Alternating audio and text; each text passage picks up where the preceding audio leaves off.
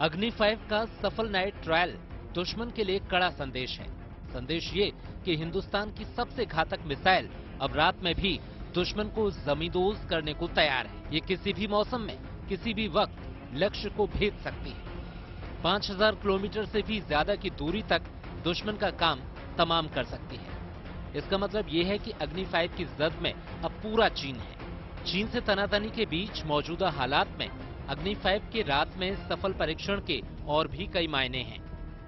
ये हिंदुस्तान के लिए बहुत बड़ी कामयाबी है। ये जो मिसाइल हमने फायर की है, ये लाइटर थी और इसमें न्यूअर टेक्नोलॉजी और एडवांस टेक्नोलॉजी लगाई गई थी और इसको रात को छोड़ा गया था, जिससे साफ तौर पर दर्शाता है कि हमारे पास हर प्रकार से ऑल वेदर कैपेबिलिटी आ गई है। सूत्रों के मुताबिक पहली बार अग्नि 5 को इसकी पूरी रेंज में छोड़ा गया और इसने 5500 किलोमीटर दूर अपने टारगेट को सफलतापूर्वक हिट किया।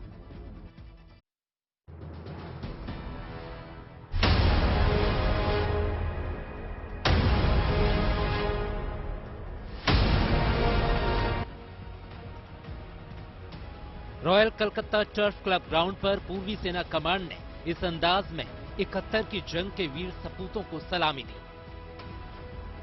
ये 51वें विजय दिवस समारोह की वो झलक है जो भारतीय सेना के अदम्य साहस, शौर्य और जज्बे को बयां कर रही है। भारतीय सेना के जाबाजों ने इस मौके पर मंत्रमुग्ध कर देने वाला प्रदर्शन किया।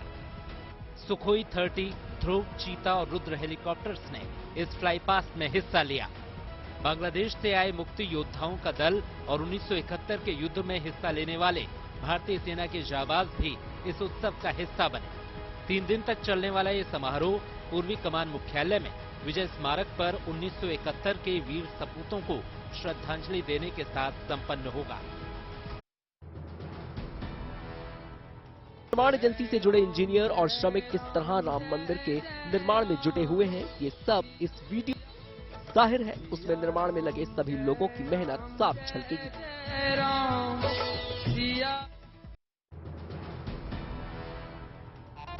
भारत और बांग्लादेश के बीच चट्टोग्राम में खेले जा रहे पहले टेस्ट में भारत ने अपनी पकड़ मजबूत कर ली है।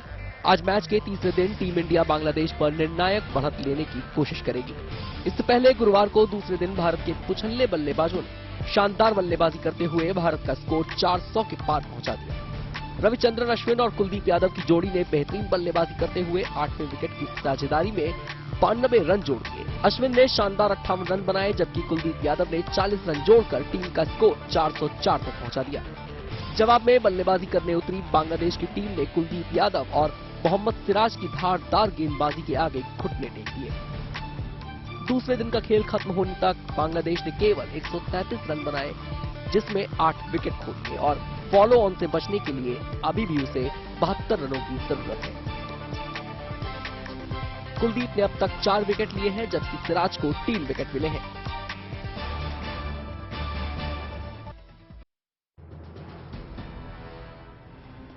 रविवार को विश्व कप खिताब के लिए 2 दिग्गज टीमों अर्जेंटीना और फ्रांस की भिड़ंत होने जा रही है। इस खास मुकाबले से पहले कोलकाता में फुटबॉल के फाइनल का फीवर सर चढ़कर बोल रहा है।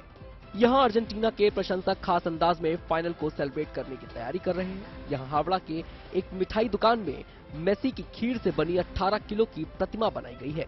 इसके अलावा अर्जेंटीना के प्रशंसकों के लिए दुकान में अर्जेंटीना के फ्लैग के कलर के रसगुल्ले और संदेश भी बनाए गए हैं। विश्व कप में मेसी फाइनल में पहुंच गया, सेमीफाइनल को ऐसा को हरा के, तो मेसी का जादू हम लोग का देखना है। रविवार को फ्रांस के साथ हम लोग का फाइनल है और मेसी लास्ट है, तो इसी चलते हम खीर का पुतला बनाया मेसी का मॉडल का। मिठाई भी खिलाएगा। जो फुटबॉल विश्व कप जो है वो फुटबॉल बोरो बना के हम लोग सब कस्टमर को खिलाएगा। अर्जेंटीना के प्रशंसक अभी से अर्जेंटीना की जर्सी में घूम रहे हैं। इन प्रशंसकों को पूरी उम्मीद है कि मेसी वर्ल्ड कप में आखिरी बार उन्हें रविवार को जश्न मनाने का मौका जरूर देंगे। Curtain raiser film of 28K IFM. Kolkata international film festival का भव्य आगाज हुआ। पश्चिम बंगाल के राज्यपाल, मुख्यमंत्री समेत फिल्म जगत के अलावा कई क्षेत्रों की बड़ी हस्तियां इस मौके पर मौजूद रहीं। अमिताभ बच्चन, जया बच्चन, शाहरुख खान, महेश भट्ट, रानी मुखर्जी, कुमार शानू, सौरभ गांगुली समेत कई दिग्गज इस फेस्टिवल के उद्घाटन में शामिल हुए। किंग खान ने अपने संबोधन के दौरान डायलॉग भी सुनाया। एक डायलॉग बोल देता हूँ कोई मैं आपके सामने।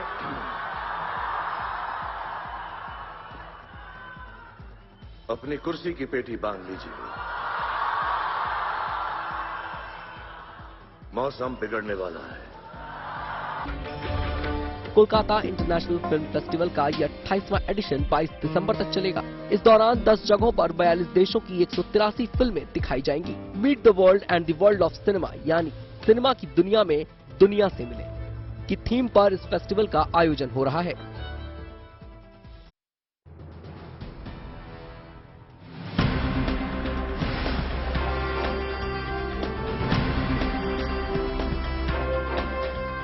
पूरे 5 सालों के बाद 20 दिसंबर को रांची में 43वीं अखिल भारतीय महिला रेलवे हॉकी चैंपियनशिप का आयोजन किया जा रहा है।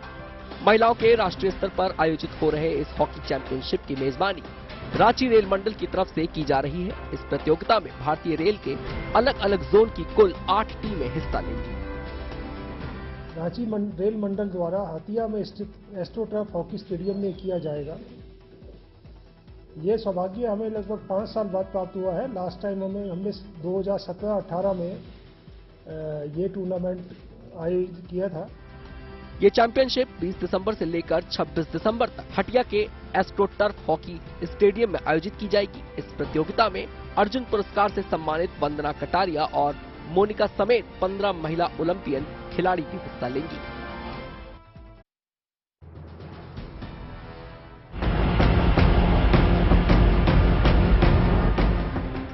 भीड़ के चलते किसी की फ्लाइट छूट रही है तो किसी को 3 से 4 घंटे पहले एयरपोर्ट पर पहुंचने के लिए कहा जा रहा है।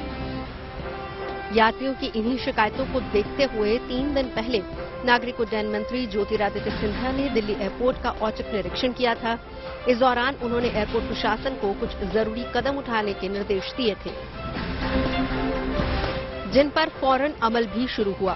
भीड़ की इस समस्या का समाधान निकालने के लिए केंद्रीय गृह सचिव अजय कुमार भल्ला की अगुवाई में आज गृह मंत्रालय ने एक हाई लेवल मीटिंग बुलाई, जिसमें नागरिक उड्डयन सचिव, दिल्ली इंटरनेशनल एयरपोर्ट लिमिटेड के अधिकारी, केंद्रीय औद्योगिक सुरक्षा बल के महानिदेशक, एयरपोर्ट अथॉरिटी ऑफ इंडिया के अध्यक्ष, इंटेलिजेंस ब्यूरो के चीफ और इमिग्रेशन डिपार्टमेंट के सीनियर ऑफिसर्स शामिल थे। इस बैठक में भीड़ पर काबू करने के लिए कुछ जरूरी कदम उठाने का फैसला लिया गया है।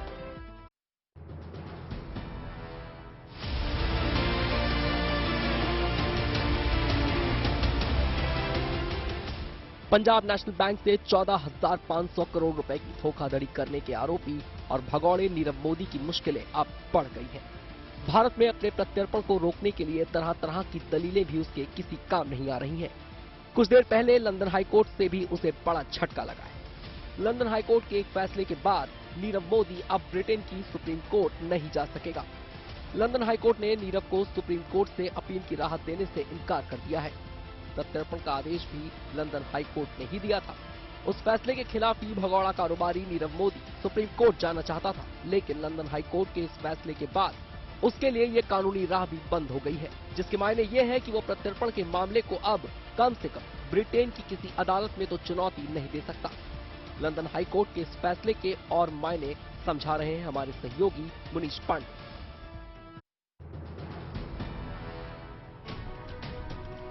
सर्दियों में खराब मौसम को देखते हुए एक्सप्रेसवे अथॉरिटी ने इस पर चलने वाली गाड़ियों की स्पीड लिमिट घटा दी है, जिसके तहत हल्के वाहनों की अधिकतम रफ्तार 100 से घटाकर 80 किलोमीटर प्रति घंटा कर दी गई है, जबकि भारी वाहनों की रफ्तार 60 किलोमीटर प्रति घंटा रहेगी।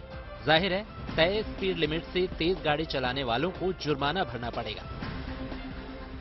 यमुना एक्सप्रेसवे को ग्रीन फील्ड रोड माना जाता है, जिसकी वजह से ठंड के मौसम में कोहरा इसे अपनी जद में ले लेता है।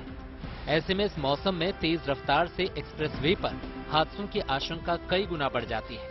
इन्हीं हादसों को टालने के लिए सर्दी के मौसम में इस एक्सप्रेसवे पर चलने वाली गाड़ियों की रफ्तार पर अंकुश लगा दिया जाता है।